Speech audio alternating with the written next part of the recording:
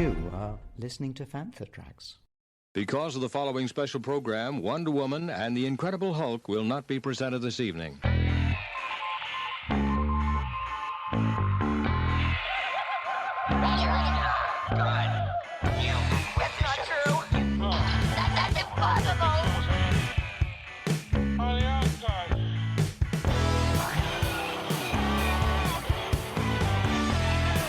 It's time to get all your Star Wars news in a single file. This is Making Tracks. Here are your hosts, Mark Newbold and Mark Mulcaster. It's not true. That's impossible. You're listening to Making Tracks. This is episode 182, the first episode of 2024. And joining me today is a man who, well, I'm looking at him and he looks like he's got the rat ghoul plague. How you doing, Mark? I'm feeling a bit rough, so it's you fine. Feel like you look? You pretty much, mate. Yeah, I was going to say, I feel like you look. Otherwise, yeah, had a nice Christmas, and we're starting 2024 quickly with lots of news. Loads of news, so much news, in fact. I think we should just pile straight into the news because we had a day and a half yesterday. Yeah. Announcement came out from Lucasfilm on StarWars.com and everywhere else that not only are we getting the Mandalorian and Grogu big screen movie directed by Jon Favreau filming this year out, we're also getting the confirmation of a season 2 of Ahsoka and via deadline, the confirmation of season 4 of The Mandalorian. So loads and loads of news. Dave Filoni posted on StarWars.com today a picture of the statue from the end of season 1 of Ahsoka with what looks like Sabine and Ahsoka standing on it, saying the story continues. So all the gears are turning, all the motors are revving at full power. That's a lot to unpack here, Mark. So let's start off with the movie. What do you make of that news that we are getting a big screen? This isn't a Mandoverse Filoni thing. This is something else. This is Mandalorian and Grogu, directed by Jon Favreau. Bit of a pedigree there. Elf and Iron Man 1 and 2 and all the other things he's done. Huge pedigree. What do you make of that? Well, of all the films to name first, you named Elf. So it's nearly Christmas, man. It's nearly Christmas. It's kind of caught, I think, everybody on the back foot a little bit. Good surprise. You know, let's not be negative about this. This is fantastic news. You know, the fact that they are going ahead with the film, but it's meant to start production this year. I wonder if this is Jon Favreau's kind of setting up the cinematic Mandoverse. With no disrespect to Dave, who is still meant to be getting his own Mandoverse film, I wonder if they felt maybe safer hands to have the first one be John and then Mandalorian season 4 and then Dave Filoni's Mandoverse film. Yeah. So it might be like this is kind of the starting of like moving the Mandalorian from the smaller screen onto the bigger screen. Don't you think, though, it works in the sense that one of the criticisms that Star Wars has had over the last few years, and we've certainly talked about it plenty on here, is the lack of linked up thinking. Television, of course, you can't not do that. You've got to do that. But now here, if you've got Favreau directing whatever this film's going to be, and then you're working through other seasons of television, and you're culminating with a Filoni Mandoverse, as we call it, film, that can't be anything other than well thought out. They can't just make this out on the hop. They've got to plan it. So that should give people confidence, shouldn't it? You would hope so. I mean, I suppose also it'll be interesting because I think this will be a nice way of possibly bringing, even though as Star Wars fans, and I think probably of all the most recent Star Wars productions, the Mandalorian season is a one show that has, I think, really hit this general zeitgeist and pop culture. It's a great way to kind of pull maybe some of the characters that maybe people are less familiar with, let's say Grief Karga, for example, bring maybe those characters in as well onto the big screen. And therefore, like you said, you can then push everything forward in tandem. This could almost be a completely one and done standalone story, which means that if it fails, it's not necessarily setting anything up massively, but at the same time, if it works, it can run on from that. So no hint of a trilogy, but you wonder if maybe this is something that they can do as an ongoing series rather than necessarily a trilogy, and maybe hop between the cinema and Disney Plus seasons. There's always been that backlash, hasn't there, of like that the MCU has had, which is I should be able to go and watch an MCU film without necessarily having to have watched all the what ifs and all the other streaming TV shows and stuff. Now, picture that they use to kind of promote this looks very kind of concept arty. So do you reckon is this concept art from, do you reckon, this film?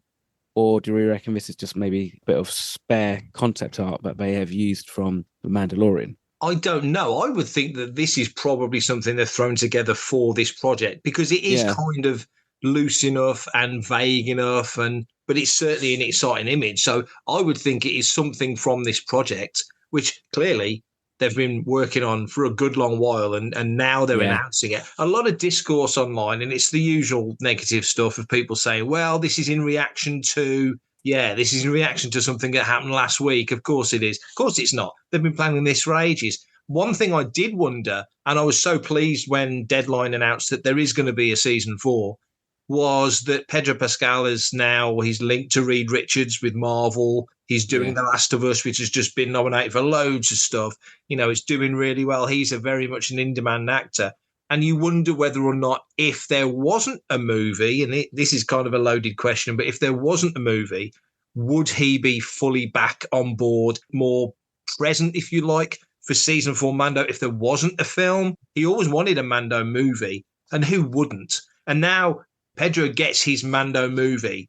And so to then say, well, of course, we're doing season 4, to have him more on board for season 4, it's all good because now it feels like the jigsaw's coming together now, doesn't it? You've got that Filoni film at the end of this road. You've got other things like Skeleton Crew, season 2 Ahsoka, all the other stuff that we might get in between now and then, and possible further, seasons of The Mandalorian. Do you think there could be something in that, or is that just adding things together that don't really add up? To be honest, it could be either. I mean, I suppose this is the thing, isn't it? As an actor, at what point do you, when you are somebody like Pedro Pascal, who is leading these massive series, do you then go, well, how much of it is going to be really worth my time to spend 12 weeks or whatever in armor for a Mandalorian film when I could just do the voice? And again, as we've seen, it all depends upon how action heavy it is and how much the stunt actors and performers to do in armor. But then you can go, well, then would you then just pull him in and give him like top billing if there's only maybe a couple of scenes where he takes his helmet off? Pedro, as an actor, as somebody who is wanting to work in the craft, is that something that they would want to do? You and me, let's say, let's just pick you and me, and we watch The Mandalorian and we enjoy the action, we enjoy what Mando is saying, and we like where the story's going and all the constituent parts that make an episode work. But we kind of know how the sausage is made, so we know a lot of the time that's not Pedro in the suit. But does that affect the viewing experience? It doesn't for me. There were some instances in season 2 where, you're like, wow, in the course of this episode, Mando's put on and lost 20 pounds and stuff like that. And it's like, and you don't know if that's because they've used Brandon Wayne and they've used another stunt performer, or if it is Pedro Pascal, because you have no idea because they're in the helmet. And I'm sure maybe, somebody with more time on their hands than me and you could probably sit there and work out height differences and stuff and work out who's... It was like picking out when it was Eunice and when it was Peter in Force Awakens, wasn't it? You could kind of figure out if you were logical about it. Yeah, exactly. You kind of go, well, in itself, you'd think that having Pedro Pascal, just from a marketing perspective, is probably the thing that you need. Otherwise, what you're going to do, you think about all those EPKs and all those press junkets and stuff. Grogu isn't the most chatty of people at the best of times. So, stick a microphone in front of him. Who else is really going to promote the film? You need, it's not like The Rock and Kevin Hart going out and promoting a film, is it? No. So there's a part of me where kind of thinks that maybe he probably will be attached. And I think even if he just does a voice, I think they will probably push him front and center just to kind of promote it and stuff. Because ultimately, I guess it'll be good to kind of get that show promoted and the film promoted in that way. And otherwise, there's no focal point really. And as much as it's cool for us, all the interviews are done with, let's say, Katie Sackhoff and with Carl Weathers, which is cool for us, but that's not a big headline draw for everybody else. So he's got to be involved somehow. This is Susanna Malik from Mandalorian and Boba Fett, and this is Fanta Tracks. Is it Fanta Track? I'm blind. I couldn't read it. Fanta. I'm still going to use that. Are you? Then use it. People like this dumb broad can't speak English. In terms of the story, you make a really good point. We talked about this with season 1 of Ahsoka, how much you really did need to watch Rebels and the Clone Wars. They kind of said that you didn't, but really when you got to the end of it, the sharp end of the story, you did. That image from Filoni today of the statue, the links to Mortis, all the elements there, it doesn't really affect the viewing experience of people who have not seen it that much. My point is with this film, Do you think this film needs to really hammer into that mythology? Does it need to be set after season 3 of The Mandalorian, or can it be set in and amongst that first 3 seasons? If they want to do something that's action adventure, would that hinder it, help it? Because Star Wars is very good at prequels and sequels. Or does it need to be a standalone, just Mando and Grogu out there doing their thing? That's certainly what I'd love to see. I just want to see a Star Wars action adventure film. We had talked about this during the reaction chats for season 3. It had come out, but there had been about a 2 or 3 year gap, hadn't there, between the end of season 2. Sizable gap, yeah. So arguably, you could just say it could just be in that. You could just plop them in there. It's a standalone adventure. Like I said, it's a way of maybe introducing an even wider, broader audience to these 2 characters. And also, let's be fair, selling a load more Grogu toys. To be honest, I don't really think, in the grand scheme of things, where you've compared it to Ahsoka and Mortis, I don't think you need quite as much of a catch-up for The Mandalorian. And the whole point, really, of The Mandalorian is that you should be able to watch it with very little or no experience in Star Wars and get what's going on. It's such a nice little standalone thing by itself. People were able to start watching The Mandalorian season 1 who weren't necessarily Star Wars fans, and by the end of it became Star Wars fans. And I think that's why Jon Favreau's been picked for this, because I think maybe it's a case of he can come at it from a slightly more broader perspective. Potentially, maybe this is one of those things where, like you said with Ahsoka, that it felt like there's people who are really saying, oh, you really need to see Clone Wars and stuff. And obviously, it's really difficult for myself and you, who have watched all the Clone Wars and all the Rebels, to kind of go, well, you do and you don't, because we kind of have absorbed that. And so therefore, we just accept what we're seeing on screen and how it's joining up. You look at what John did with Iron Man, and that was very accessible. Ahsoka it's Dave's baby. So if anybody's going to write the second season of Ahsoka and make it work, it can only be Dave Filoni. So you can't direct like a $250 million film and a second season of Ahsoka and develop Mandalorian season 4. Something's got to give somewhere along the line. It also speaks to Favreau and the experience he's got, because I mentioned Elf in Jest and we mentioned Iron Man because it's Iron Man, huge hit, but also he did Jungle Book and he did Lion King, which is in the top 10 all-time highest grossing movies. And the technology certainly from Lion King and from Jungle Book, but mostly from Lion King, played forward towards what happened in Mandalorian. And so Favreau is a genius with that tech. And I just wonder, with the spiraling budgets, obviously the Marvels didn't do so good, Indy didn't do so good, $300 million budgets. Favreau now mastering that tech as much as you can and being the guy that came up with the idea of The Mandalorian in the first place, and having taken 2 films of that style. Jungle Book did just under $1 billion. I think Lion King did like 1.6. It was insanely big. But from a logical point of view, he's the right guy, isn't he? He's got his handle on the story. He knows how to make it work with the tech in the way like Gareth Edwards does. But what's going to make this film stand out above and beyond what we see every week during an 8-episode season of The Mandalorian? Because that TV series looks like a movie. You and me were at the Ahsoka premiere. We saw that on that IMAX screen. It was phenomenal. We saw the first 2 episodes. It just looked amazing. Yeah. What can they do now on the cinema screen that they can't do on the small screen? The only thing I can think is that they bring in some big names, heavy hitting. I'm not on about actors. I don't care about big name actors. I'm on about characters. What could they do? What can they do to make this film mind-blowingly cool? Good question. I suppose one thing that from a more of a production side is, I think there's a certain level of scale that is missing from the volume. And they're getting better with it. Yeah. But I think we could end up seeing more of a traditional, practical, live action Mandalorian. And obviously, they're still going to use a volume. But I think it will be kind of like, it'll be a tool, part of an arsenal, rather than we're going to shoot this whole thing in front of a volume. Which, hell, if they want to do that, I'd be well interested just to see how they can make that. But yeah, that's a good question, because like you think you need, you think the WTF moment at the end of chapter 1 of Mandalorian, when you get this reveal of Baby Yoda. For something like this, I think if they're going to push it onto the big screen, they've got to have something up their sleeves. Depending on when it's set, Boba Fett in play, are they going to start to, again, maybe lace it with hints towards the First Order? Or again, is that we're just going to go, you know what, we're just going to use stormtroopers, like original trilogy stormtroopers, because that's what everybody knows and loves.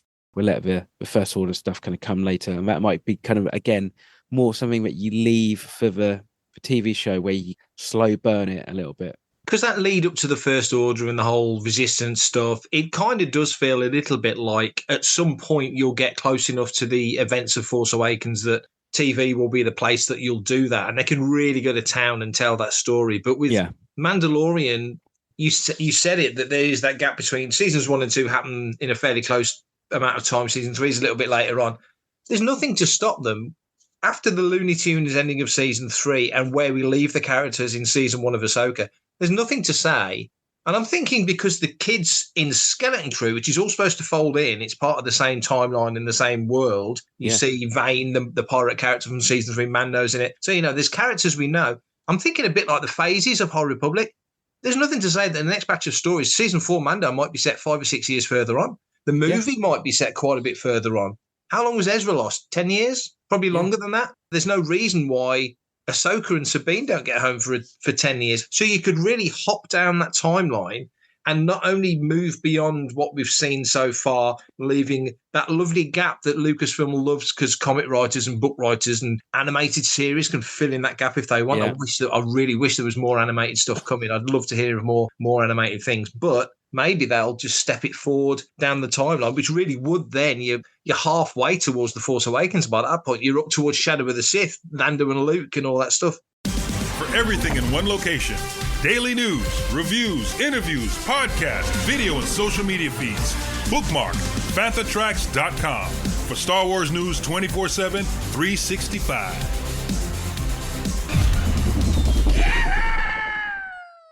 I wouldn't be surprised if pretty much a whole of season 2 of Ahsoka and Sabine stay on that planet. It could be the season that Sabine learns to become a Jedi, and that's a transformative season. And then by the end of it, maybe they jump on a whale, pop back to the galaxy. That would be my kind of take. But you could leave them there for 2 or 3 seasons if things kind of develop it. I suppose it all depends. It all depends upon, like you said, how things are going to fold into the Mandoverse and what this big threat is going to be. Because unfortunately, I don't necessarily think you could have the threat of the First Order be defeated by the Mandalorian and his mates. But at the same time, you could have Din actually maybe discovering the First Order, and they're the ones who kind of bring it to Leia. But again, we don't know how long I can't remember. It's a long time since I've read Bloodlines, so I can't remember how long they started to kind of get an inkling that things were kind of like working in that. Maybe they hedge their bets a little bit and they go, right, we'll just go back to a tried and true trusted formula of this first Mandalorian and Grogu film. It's kind of like it's one and done, and then if it fails, it hasn't set anything up. We couldn't pick up back on the TV show. They announced the season 2 of Ahsoka. They announced the season 4 of The Mandalorian via Deadline. So lots and lots of announcements yesterday. And it's kind of redundant to discuss them separately because they are all kind of the same story in essence. So let's focus on Ahsoka season 2. So not long since finished. I think everybody was hoping for more. I know I was certainly a little bit frustrated and a little bit deflated with that final episode because it did kind of just leave you with no idea of when they would pick it up or how or what the conclusion to the story would be. And thank goodness we've only had to wait 2 months and they've announced there is going to be a season 2. So I'm very pleased about that. I'm almost as happy about that as the movie news. So given that, there's lots of possibilities. They could step the story forward a number of years. They could pick it up the second it finished, like Last Jedi picks up this overlaps with Force Awakens. There's lots of options on how they could do it.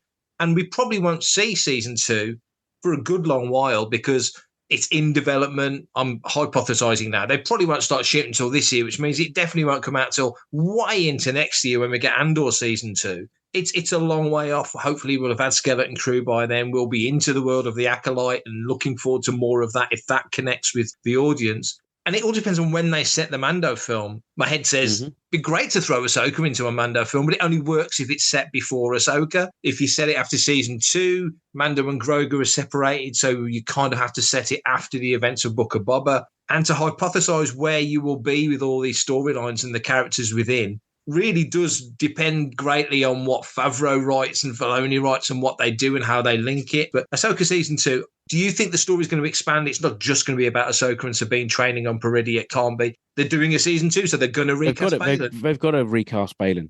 Basically, everybody other than Ezra and Thrawnima is still on Peridea. So you're always going to have, it's always going to be like something happening in that galaxy and something happening in the Prime galaxy. So you're going to obviously cross-cut between the two. And surely there's a reason why Dave has put those players where they are. And this is the thing, is I don't think you could write a show like Ahsoka, leave the characters where they were, and not have an idea what you're going to do next. But I don't imagine Dave's kind of gone, yeah, we're just going to park this, because the whole end of that show screams for, well, there's a season 2. And I think we were slightly surprised that they didn't even announce there was a season 2. Totally.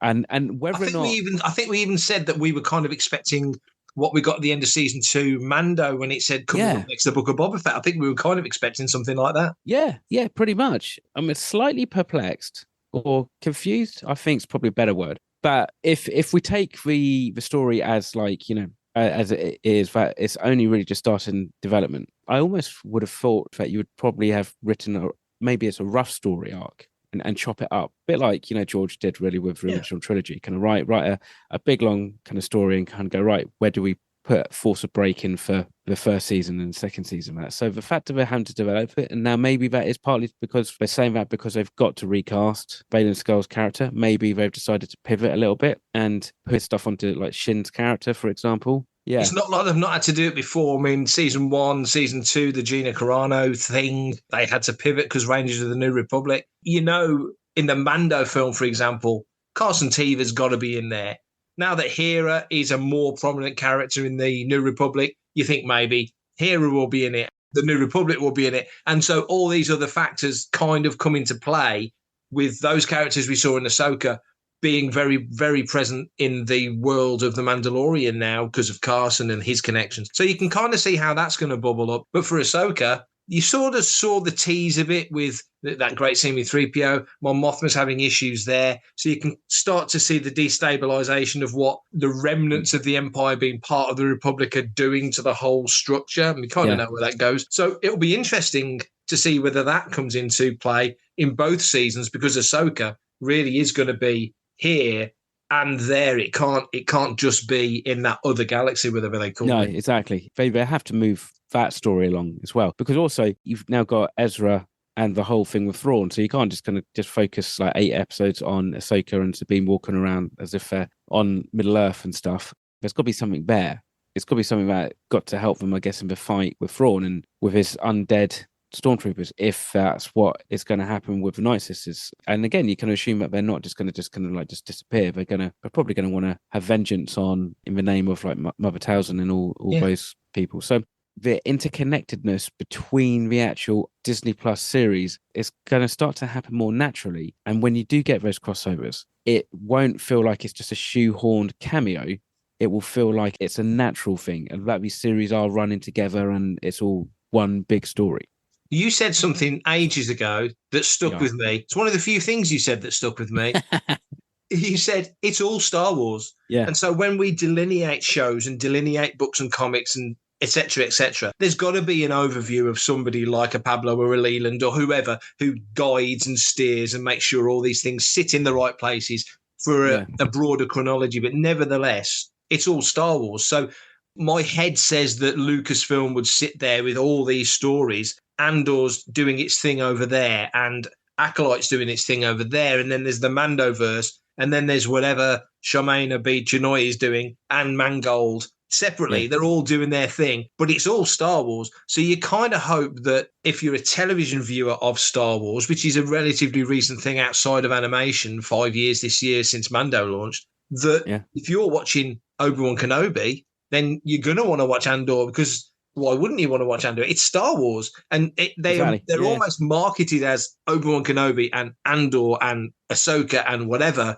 They don't, to my mind, mention the word Star Wars enough, because that is the unifying factor that will make what you just said work better.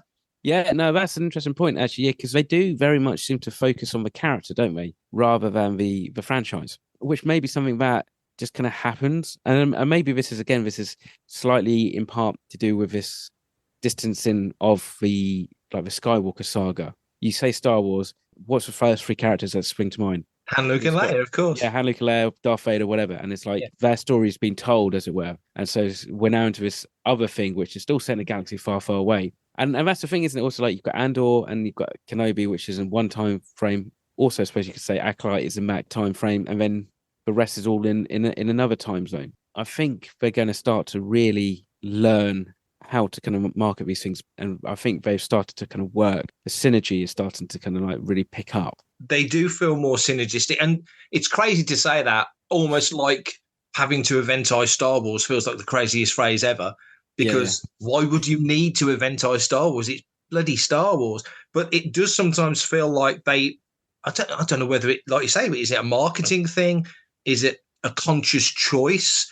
The word Star Wars to me isn't pushed out there enough. No. One of the things I'd like to see when we get to the Mando film, whatever they end up calling it, I don't think it's going to be called The Mandalorian and Grogu. That's not a thrilling title. Clan of Two, a Star Wars story or something. They'll come up with something. I would personally love to see the classic scroll up. I want to see the Fox logo at the beginning, but that ain't going to happen. But, get that classic scroll up with the Mando music playing over it. That main event big feel that Star Wars always did so well. You sat down in the theater, the screen goes quiet, the Lucasfilm logo comes up, you hit with the Fox intro, you hit with the intro of the Star Wars theme. Let's have that full-on big Star Wars theme that leads into the Mando music. Yeah. I just want it to feel like main event Star Wars, and it's not missing on the small screen because that's not what the small screen's built for. But we know, as we said when we saw Ahsoka, you can translate that onto a freaking huge screen and it still works. They did something slightly different with Solo, but they still had a kind of a crawl. I mean, why? But why? I don't know whether they're embarrassed by it, whether they think it's redundant, whether they think, oh, that's just for the Skywalker saga. Yeah, and I do wonder if that's maybe the problem is that you do the crawl with the yellow text and people start thinking it's episode 11 or 12. But then what you do is it doesn't say Star Wars, it says The Mandalorian. And or do the crawl in blue, or do the crawl in red, or if you want to change things, I don't know. Yeah, exactly. Every Marvel comic opens up the first page. Most of them, not all of them, but most of them have the crawl. Have a crawl, I've had crawl since 2015 when they, when they brought it back.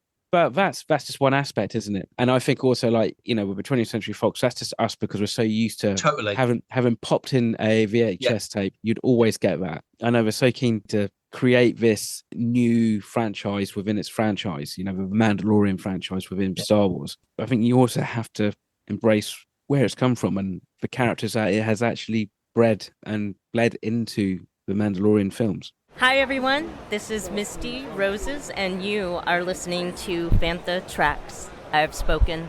One other thing that we learned that we've not really spoke much about, and I don't think we really can because it's kind of dependent on other things, is Deadline said there is going to be a season 4. So in addition to a big screen movie directed by Favreau, we are going to get John and the rest of the team, including Filoni, working on the season 4 of Mando. No idea when, but until we know the events of the Mando movie and where it's set in the timeline, it's difficult really to hypothesize too much about what you get from a season 4 because, again, it could be the next scene when Grogu chokes to death on one of those frogs in his pond, or it could be set 10 years later when he's a Jedi and he's got his memory back and he's training students at Luke's Academy. So who knows where we're going to be? So it's an almost impossible question, but season 4.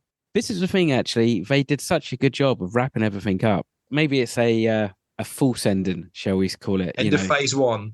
Yeah, end of phase 1. I mean, there's a part of me that kind of thinks, wow, did Moff Gideon actually die? Or was it one of his clones? Was it one of his clones? Exactly. I mean, and also it's a Star Wars thing, no one's ever really dead. But then it's like, at some point, you do need to sacrifice, as well, and move some of these characters on. I almost think he gets a call from a New Republic. Maybe he starts off by that little cottage he's got. So somebody just kind of comes down and like, oh, Mando, we need your help. And it's that whole kind of like...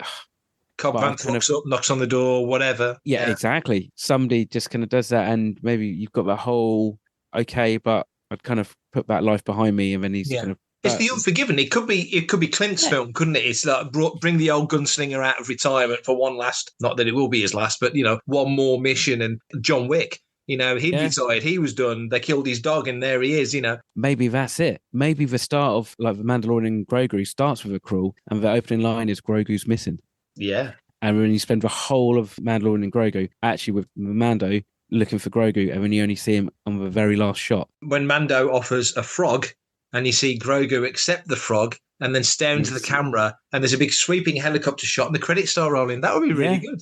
The problem is like you've then stuck because then we're going to spend at least 18 months debating whether or not Grogu eats the frog or chucks it over his shoulder.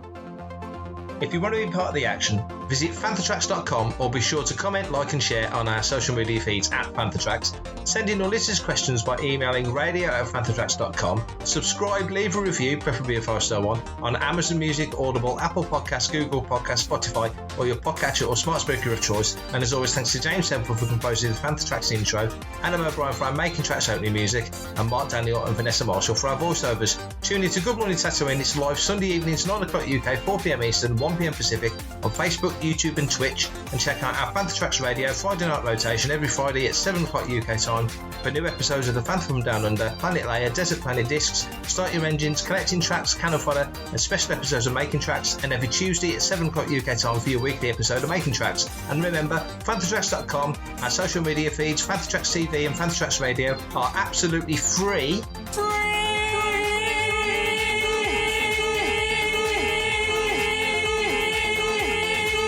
So no Patreon, Buy Me a Coffee, Kickstarter or Indiegogo required to stay updated on all the latest Star Wars news. Until we catch up with you again, may the Force be with you. Coming up next on Fanthatracks Radio, it's another episode of Making Tracks. See, mate, I told you we could write Star Wars all day long.